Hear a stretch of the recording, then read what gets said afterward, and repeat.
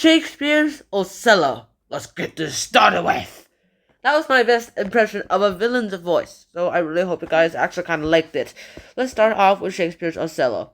Now, Othello himself is actually a pretty great character. In fact, the only reason why this character is one of the most iconic ones is just that it's the play name. It's just the name of the play. That's the only other reason why we know who Othello is. But who's the actual man behind the play Othello? It's this guy named Iago, a lunatic racist who hates Othello, and he wants to go ahead and take revenge on him. And his reason? Because he's black, which makes no reason at all. And there is actually a kind of good reasons about this as well, too. Now, right now, I'm going to go ahead and give it a full book summary of Shakespeare's Othello. Let's get this started with. So, firstly, our title character, Othello, is not in this play, it doesn't start off with this play at all. In fact, this is basically where it starts. So, Iago and this guy named Brabantio, they go ahead and go outside Desdemona's dad's house. Who's Desdemona? She's the wife of Othello.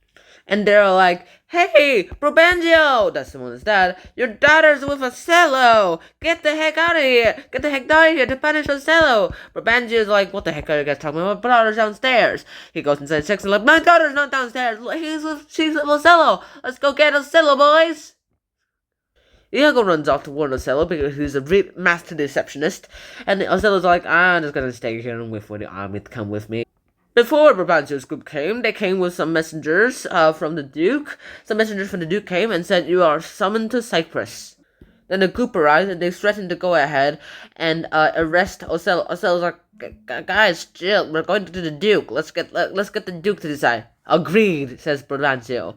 They go to the Duke and says, "Well, what's the reason, Othello?" "I told Desdemona some stories and she's hooked to them."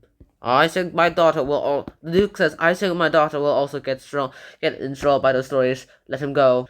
And that is when Othello is went ahead and sent off to Cyprus with his newlywed wife Desdemona.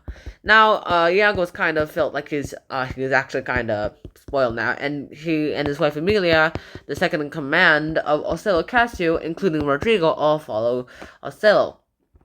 Othello then makes an announcement saying, "Hey, the Turkish fleet has been destroyed. Now we have nothing to worry about in Cyprus. Now everyone has nothing to do." So Iago thinks this is the perfect time to hatch a plan. He manipulates everyone into believing him that he is honest, at least on their side of the story. And since he's honest, he makes it trustworthy as well, too. Then he finds Desdemona accidentally dropped her handkerchief, the one that Othello gave her, and so his wife Emilia went ahead and gave the handkerchief to Iago. Iago then uses this as the perfect opportunity to go ahead and, well, decide to rain terror on Othello. He hides the handkerchief in Cassio's room. Once away, Cassio finds it and picks it up, and since he picked it up, he's all like, "I'm just gonna give it to my lover because I have no idea what this is." Othello is starting to get suspicious of Desdemona and is starting to get doubtful of her faithfulness, and so this is basically what happens. Also, and because Iago's like, "Hey, maybe she is going against you." So Othello says, "Alright, you know what? I saw the handkerchief in Cassio's hand. It's proof that she loves Cassio, not me. I'm gonna go ahead and kill her." And so he kills Emilia, while Iago gets Rodrigo to go ahead and try to kill Cassio, which, well, he fails. Well, but Rodrigo dies, so I guess he won't snitch.